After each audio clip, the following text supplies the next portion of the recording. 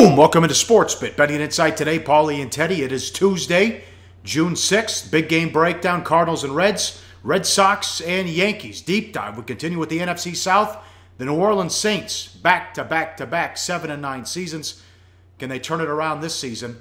We'll get to that and the play of the day. Bad beats, bad bets, bad for the books. Always respect the lines maker. I thought this was the worst price of the baseball season. The Giants and Samardzija favored on the road against the Brewers, who are playing good ball, and Guerra, who's a tough pitcher. Samardzija's got terrible stats, and also the Giants coming into the game had the same record as the Padres, tied for last place in the West, and just lost 2 out of 3 in Philadelphia. But they win the game, and they took professional money, Teddy. Oh, a ton of wise guy money on San Francisco. For what it's worth, I had a Brewers ticket in my pocket last night as well, Pauly. It looked okay. You know, it was 2-2 in the 8th. It wasn't even what the bettors were betting. You know, they were betting on Jeff Samardzija. You know, I know that Samardzija's 1-7 with a 4.63 ERA going to that game.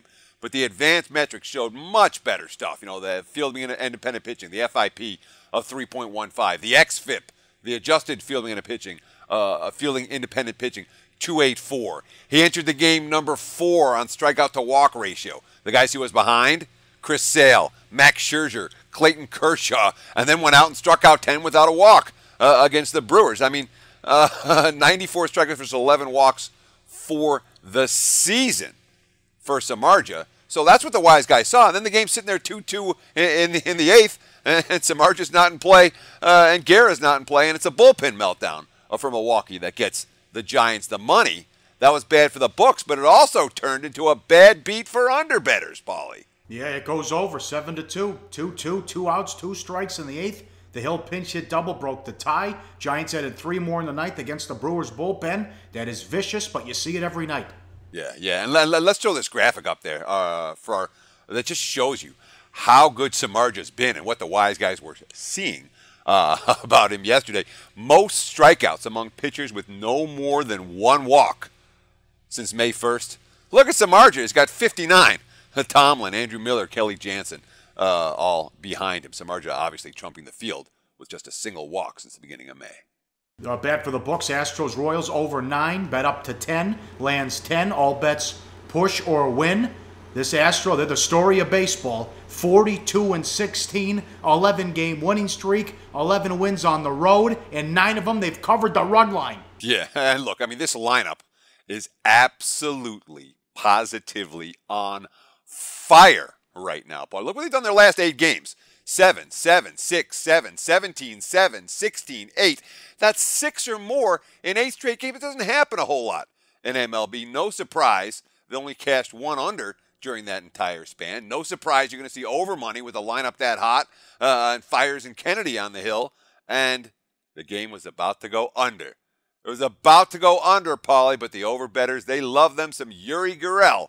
3-run homer in the 9th to send the game to 10.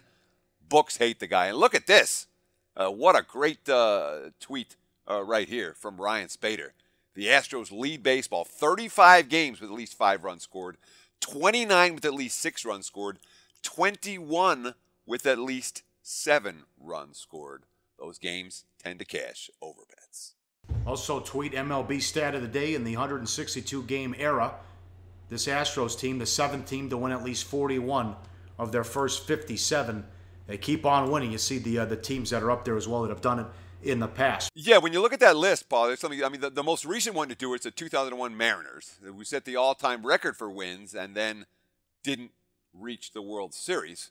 But before that, the 98 Yankees win the series. The 84 Tigers win the series. The 70 Reds are in it. They lose to Oakland. The 74 Dodgers are in it. The 86 Mets win the World Series. So with the exception of that one Mariners team, every other team on that list has been to the World Series, many of them victors. Houston hoping to make their first ever World Series appearance. Be quite the call for Sports Illustrated. A cover in 2014 said your 2017 champs, the Houston Astros. Bad bet, Cardinals, 30-cent move up to $1.60. They led 2-0, but the Reds win 4-2. Yeah, I mean, bettors have liked Carlos Martinez all season. Lots of St. Louis money supporting Martinez. And he carried a 2-0 lead in the bottom of the 7th, but he wore down. There was a Suarez 2-run double. There was a Gennett 2-run double in the 7th to turn that game around. And look at that Cincy bullpen. You know, Raisel Iglesias, maybe we got to start taking this guy seriously. He struck out 3 batters in the ninth to pick up his 10th save. Now 10 for 10 in save chances. His ERA is 0.61, and he has 17 straight scoreless appearances. When we're talking about that iffy Reds bullpen, it's not an iffy Reds closer. All right, on tomorrow's show, it's Game 3 as the Warriors try to go 15-0 in the playoffs. But look at this from William Hill US on Twitter. If you placed a $100 money line wager on the Warriors starting in the first game of the playoffs and let it ride, you'd win $978. No, not a lot of value here, and it shows you how big of favorites they are every night. Exactly. I mean, you know, when you look at the chart, there's only one game where they're less than $3 chalk in the postseason. I mean, look, I understand the concept. Here's Golden State, one of the best teams in NBA history, legitimately making a case for the best team in NBA history. But when you cash 14 straight money line bets, and at the end of it, you have $978, and you started with $100, you know, that's not my personal opinion of value. Although, look at the other tweet, man. What do you think of the tweet from the Westgate talking about the 2016-17 Warriors as 6.5-point chalk against the 95-96 Bulls on a neutral floor? What do you think of that? Yep, that's a Bulls team that won 72 games. Today's athletes, bigger, better, faster, stronger, and 3's bigger than 2. You play these teams in the 80s and 90s, they wouldn't know what to do because back when they played, a three-pointer was considered a bad shot. Now Curry's in range when he steps across half court. Same goes for Durant and Thompson as well. Biggest power-rated team of all time, this Golden State team, and you see it here. The hypothetical matchup at the Westgate Superbook that Jeff Sherman and his crew made. So a couple guys would make it 13 or 14 if the game was in Golden State. Oh my God. Think about that. I mean, and the whole thing is at that number, plus 6.5, and I've been talking LeBron over Jordan in this postseason, which is something I've never talked before. And for the first time, I'm like, maybe he is at that level. We can start talking about them together. At plus 6.5, I'm all over the Bulls. I am. I would have to take the Chicago in that matchup. You know, the difference in athleticism may be very real, but the will to win for those Chicago teams was very real as well. Up next, big game breakdown. You won't believe the numbers on Adam Wainwright. He's on the hill. We'll get to that. And it's Pomerantz and Tanaka before we get to the Saints on SportsBit. Betting Insight today on SBRPicks.com.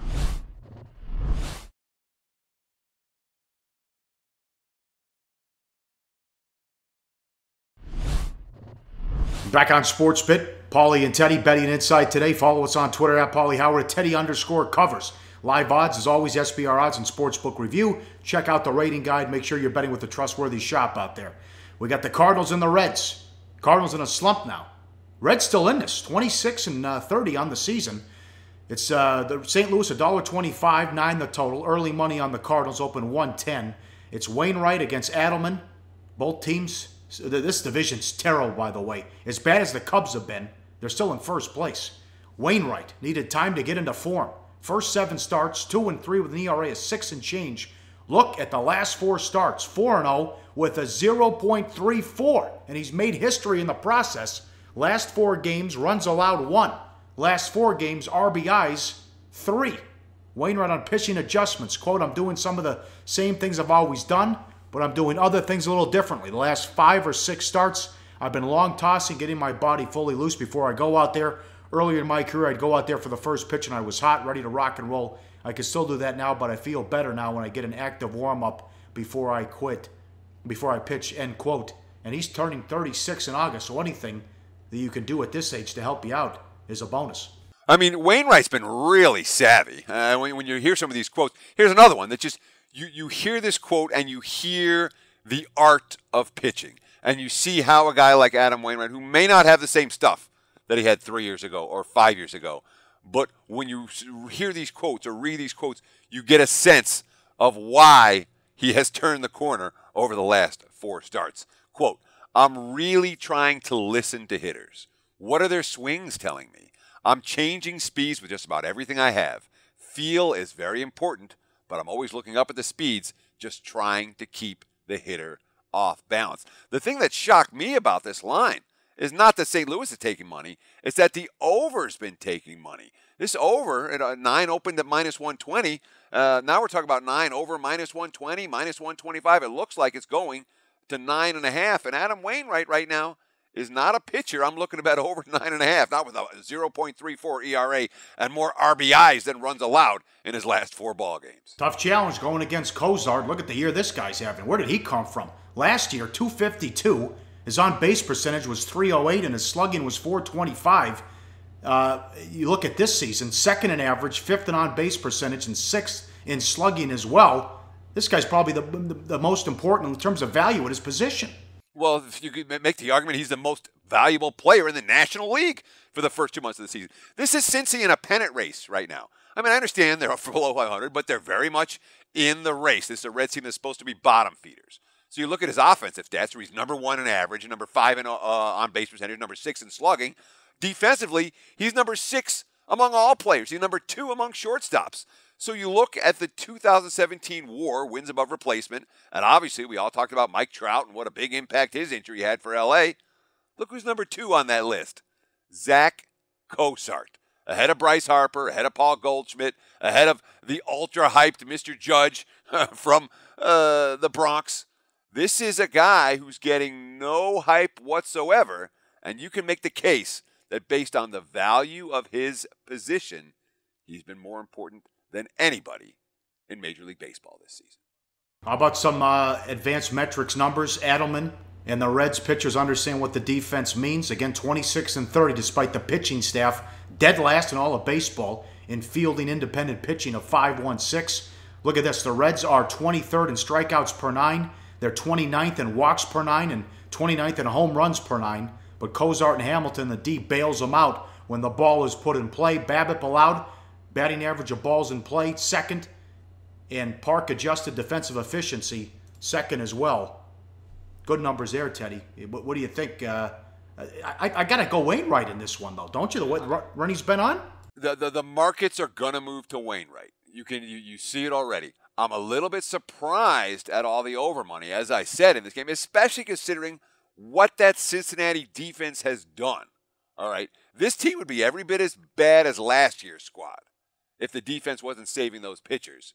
But the defense is saving those pitchers. Cozart had brought that to the table. And Billy Hamilton obviously can make plays all over the outfield with his speed. But Wainwright's not a guy I'm in any rush to step in front of right now. But if he's going to have a hiccup, this might be the game that he does.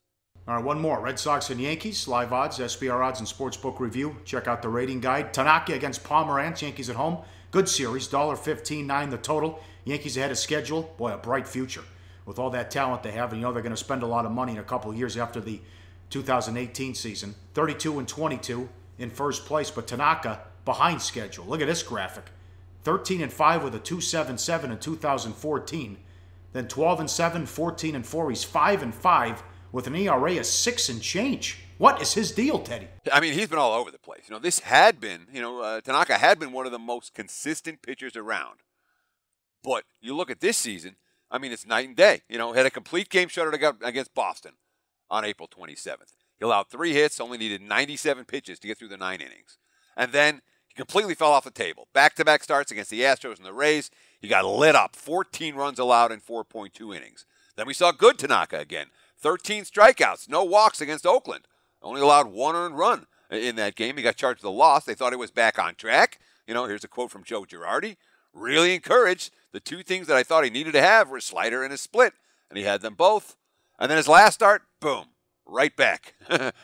7 runs allowed in 5.2 innings at Baltimore. So now over his last 4 starts, we're talking about a guy that's 0-4 with an 11.21 ERA and as many losses in 18 days as he had all of last season. It's so easy to figure out what's wrong with him. This is not one of these, I'm not sure what's wrong with this guy. Real simple. His command hasn't been there. He's falling behind in counts. When he falls behind in the counts, he's got to throw the fastball. When he throws the fastball, hitters are sitting on it, and they are clocking it. Look at the numbers. Walks this year, up. Home runs, way up. And you see the quote, after the loss against the Orioles, gave up a 3-run homer to Adam Jones was the key. This, of course, through an interpreter from a guy who's English is not his first language. Quote, "It was a tough outing. I was not able to get first pitch strikes. To Adam Jones, those were times you might have to throw balls first instead of just throwing aggressively for strikes." And remember, Yankees don't need to knock it to work deep. They just got to keep him in the game because the bullpen, number 4 in ERA, number 3 in fielding and independent pitching, and everybody for that bullpen is fresh tonight. You're probably better off with Pomeranz facing them in Yankee Stadium as opposed to Fenway, because the knuckle curve to right-handers and get the flyouts to the power alleys instead of balls hitting off the green monster. Off rarity, a rare game for him, 8 strikeouts and no walks against the White Sox. Strikeout to 9, up to a career high 11-3. The walks per 9 now down to 3. Last 3 starts, 25 Ks and 3 walks. He says, "I feel pretty good with 4 pitches out there. I worked all week on just repeating what I did the start before. When you're making pitches, you're pitching to the corners in the zone. That's what it's all about." And then he also, the key, the fastball's averaging almost 91, the knuckle curve 79. The gap is so wide between the two, the hitters are forced to guess right. No way to get a good swing if they guess wrong. And the pitch is in the strike zone. But the big story has been Kimbrel out of the bullpen, untouchable. A righty finally got a hit off him. Yeah, one hit to a right-hander all season at Baltimore on Saturday. But he's had back-to-back days off since then. We're talking about Craig Kimbrel, and the entire Red Sox bullpen being fresh here. But Kimbrel, obviously, a 1.07 ERA, a 0.36 fielding independent pitching, the FIP. 48 strikeouts versus only 8 hits and 4 walks allowed. Pauly, those are downright sick numbers. Sick enough to get us back to this game when it comes to play of the day time. Very good. Up next, who dat? Can the Saints turn it around? 3 straight seasons of 7-9. We'll get to the play of the day. Saints coming up. We continue the NFC South on SportsBit. Betting Insight today on SBRpicks.com.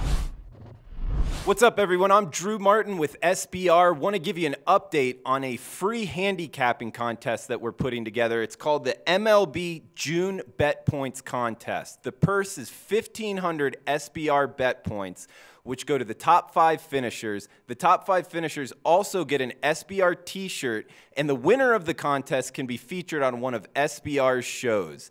I'm Drew Martin for SBR. Make sure to find it on the SBR tab on the SBR website. I'll see you in the contest. Wrapping it up, deep dive coming up in a second. We know you watch this every day and you're loyal. Plus, you can take this seriously and you put the time in. So do yourself a favor. It's a big investment potentially. Visit the top bonuses page to find the top-rated book with tempting bonuses on offer. Some of the top sports books are offering 50% bonus of up to $2,500. You heard me right. Change the course of your season by saving yourself some money and get a head start when it comes to building your bankroll. Visit SBR's top sportsbook bonuses page right now. On to the Saints. 7-9 the last 3 seasons. Their win total is 8. Last year, 7-9 straight up. 11-5, 8. This was under the radar big time. 11-5 ATS. Second best only to Patriots. 9-7 to the over, which was 7-9 in 2015. But 1 winning season since the last division title when they were 13-3 in 2011. The defense has been god-awful the last few years. But look at this, 3-7 last year. In games decided by less than a touchdown, they were awesome ATS. And look at the record. ATS is a dog, Teddy. Well, yeah, I mean, they were 6-0 against the spread as a dog of +3 or higher. They were 7-1 against the spread on the highway. So much for the Superdome, and you can't bet the Saints on the road. You want the Saints against teams they can blow out. You don't want to bet on them against class. All of that, dead wrong last year. And when you're talking about a team that went 7-9 for the 4th time in the last 5 years, and 7 of those 9 losses, not decided by a touchdown or less, they were decided by less than a touchdown, which means 1 more stop or 1 more score, and they could have won every single one of those games. It was a frustrating season for the Saints. It was not a frustrating season for the Saints backers, as you mentioned, under the radar point spread success story. Mainstream stats, turnovers -3, 21 takeaways, below average, 24 giveaways, above average. Offense, 6.2 yards per play, 3rd in the NFL, 4.3 yards per rush, that's average, 7.8 yards per pass, 5th in the league, and 27 sacks allowed, 6th best despite a league high 472 pass attempts. The defense, garbage, 98.1 QB rating allowed, bottom 5 in the league. 27th with only 30 sacks and 4.1 yards per rush allowed, league average. They have a lot of needs. They need to fix the defense. Now, the news that came down last week, Fairley has a heart condition, could be career-ending, but they had to fix and address this defense. Teddy, what do you think about some of the moves they made? Now, they made some moves on offense, too. They get Ginn from the Panthers, and the big one, they grab Adrian Peterson. Let's start with taking a look at the stats from last year, all right? The turnovers. They were -3. They were slightly above average in giveaways and slightly below average in takeaways. Nothing significant there. You don't expect a turnaround or a drop-off off the -3. All right, the same place. You have the offense. That was number 3 in the NFL in yards per play and number 5 in the NFL in yards per pass and a decent rushing team. You know, they didn't allow sacks. The offense, better than average. Pretty darn good offense. The defense, well, they were okay against the rush, but it's the same story with this squad. They have not been able to stop the pass. The 98.1 QB rating allowed, bottom 5 in the NFL again. So then you say, all right, well, you just lost your monster in the middle potentially in Nick Fairley. Let's see, your number 1 corner in Delvin Breaux is coming off a season in which he missed 10 games because of leg and shoulder injuries. Sean Payton going into the draft, quote, we've got to find a pass rusher. And they didn't find one in the draft. They didn't sign one in free agency.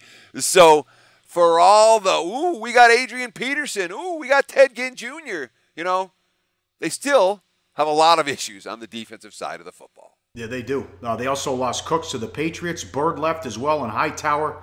I don't know why they signed Te'o, 26 years old. They also get Chase Daniel to back up Brees. Well, let me jump in there real quick because Te'o, in my mind, is a great signing. They didn't pay him a lot of money. He's had a bad injury history. This is a first-round pick. He's only 26. And for a team that needs help anywhere they can get it on defense, to bring in a guy like Manti Te'o. And A.J. Klein was another big sign. You know, they got him from the divisional rival Panthers. He's 25 years old. He's coming into his prime. Their linebacking core will be better. Well, the question is, what else going to be better? And then as for Jarius Byrd leaving, you know, any Saints fan will tell you they're glad. You know, hey, don't let the door hit you in the ass on the way out of town. He made a lot of money from New Orleans and did not contribute very much. Took Lattimore, first-round quarterback at Ohio State. Also the tackle for Wisconsin. They took Williams as safety out of Utah in the second round as well. You know, all the questions about Brady. When will he slow down? Same thing with Brees, 38 years old. Number 1 last year in completions, attempts, and yards. 70% completion rate was number 2. Top 5 in QB rating again, been in the top 8 every year since 2011. What do you have on the division? Well, I mean, they shored up the offensive line. They signed AP. There's no reason to think, other than just because he's getting older, that Drew Brees is going to fall off a cliff this season. And again, when you talk about signing Ramczyk from the first rounder at pick number 32 for the tackle out of Wisconsin, I mean, this team had 6 picks in the first 3 rounds. They did get, you know, the pass rusher Trey Hendrickson out of Florida Atlantic at the end of the 3rd round. Maybe he provides something for them. But they had a lot of draft capital. I thought they used it fairly effectively, although the pick of Kamara at the running back, the first pick of the 3rd round, was a head-scratcher for me. When we talk about the strength of schedule, you know, last year was the toughest in division and the 6th toughest in the NFL. This year, it's right around the league average based on this year's season win total. So not particularly tough, not particularly easy.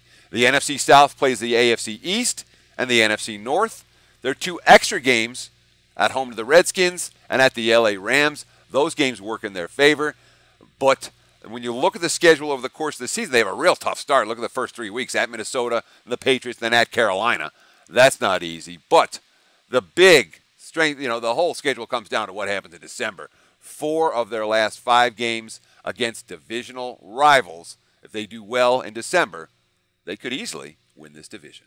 All right, that's an over, right? I wouldn't bet them under this year. All right, excellent, very good. Money time, play of the day. You teased it. Back to the Red Sox and Yankees. What are we doing? Yeah, let's go with the Boston Red Sox. They're slight underdogs in the Bronx, plus 105. We like the way Pomeranz fits in this venue, and we certainly like the way Kimbrel has a chance to close it out. He ain't blowing leads against anybody this season. Red Sox, plus 105. That's betting number 963. That's our play of the day. All right, strong show tomorrow. We finish it up with the Tampa Bay Buccaneers. They could win the division, too. They're expected to make a playoff run. In Game 3 of the NBA Finals, can the Warriors go 15-0? We'll talk to you then on SportsBit. Betting Insight today on SBRPicks.com.